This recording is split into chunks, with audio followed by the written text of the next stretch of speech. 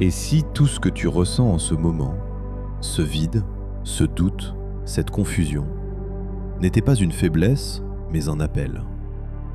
Un appel à devenir quelqu'un de plus fort, plus lucide, plus dangereux pour tes propres limites. Imagine une seconde que dans ce chaos intérieur, une voix calme te parle. Pas pour te rassurer, mais pour te réveiller. Une voix vieille de plus de 2000 ans. Celle d'un homme qui a dirigé un empire tout en luttant contre ses propres démons. Et si aujourd'hui, cette voix était celle de Marc Aurèle? Tu te sens perdu, pas complètement détruit, mais pas aligné non plus. Tu avances, mais sans direction claire. Tu fais des choses, mais sans ressentir de sens. Et ce qui te ronge le plus, ce n'est pas l'échec, c'est de ne pas savoir qui tu es en train de devenir. Marc Aurèle connaissait cet état, pas en théorie, mais dans la réalité brutale de la vie. Empereur du plus grand empire du monde, et pourtant, chaque jour, il écrivait pour ne pas se perdre. Aujourd'hui, si tu étais face à lui, voici ce qu'il t'aurait dit. Tu crois être perdu, mais en réalité, tu es simplement en train de voir clair. La plupart des gens ne se sentent jamais perdus parce qu'ils ne se cherchent jamais. Ils suivent, ils imitent, ils fuient le silence. Toi, tu ressens ce malaise, et c'est précisément ce qui te rend différent. La confusion est douloureuse, mais elle est honnête. Elle te dit « ce que tu vis ne te correspond plus ». Alors écoute-la, pas pour t'apitoyer, mais pour comprendre, parce que ce moment où tu doutes de tout, c'est le point de départ de ta transformation. Marc Aurèle dirait « tu veux des réponses, mais tu refuses de rester seul assez longtemps pour les entendre. Tu remplis tes journées, tu noies ton esprit dans le bruit, tu cherches des distractions au lieu de chercher la vérité. Mais la vérité ne crie pas, elle chuchote. Et pour l'entendre, tu dois apprendre à t'arrêter, à observer, à réfléchir, à écrire. Pas pour impressionner, mais pour te confronter. Parce que tant que tu fuis ton propre esprit, tu resteras prisonnier de lui. Tu veux te sentir mieux, mais refuses de faire ce qui est nécessaire. C'est dur à entendre, mais c'est réel. Tu sais déjà ce que tu dois faire.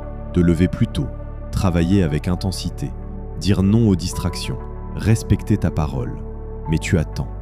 Tu attends la motivation, tu attends l'envie, tu attends le bon moment. Marc Aurèle te dirait « le bon moment est une illusion, la discipline est la seule réalité ». Tu ne construis pas une vie solide avec des émotions instables. Tu la construis avec des actions répétées, même quand tu n'en as pas envie. Surtout quand tu n'en as pas envie. Tu n'es pas fatigué, tu es dispersé. Tu crois que tu manques d'énergie, mais regarde de plus près. Ton attention est fragmentée. Ton esprit saute d'une chose à une autre. Tu commences, mais tu ne termines rien. Marc Aurèle écrivait « L'homme qui poursuit plusieurs lièvres n'en attrape aucun ». Ce n'est pas ton potentiel qui est en cause, c'est ton focus. Tu veux tout faire, mais tu ne maîtrises rien. Alors simplifie, choisis une direction, une seule, et avance avec constance. Celle-ci est brutale, mais nécessaire. Tu souffres parce que tu crois que la vie devrait être différente. Plus facile, plus juste, plus douce. Mais la vie n'a aucun contrat avec toi. Elle est ce qu'elle est. Et plus tôt tu acceptes cela, plus vite tu deviens libre. Libre de t'adapter, libre de t'endurcir, libre de jouer le jeu au lieu de te plaindre des règles. Arrête de chercher un modèle parfait, deviens-le. Demande-toi, quel genre de personne mérite le respect? Quelqu'un de constant, quelqu'un de calme sous pression, quelqu'un de fiable.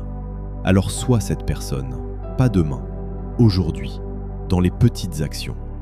Parce que ce ne sont pas les grands moments qui construisent ton identité, ce sont les choix invisibles que personne ne voit.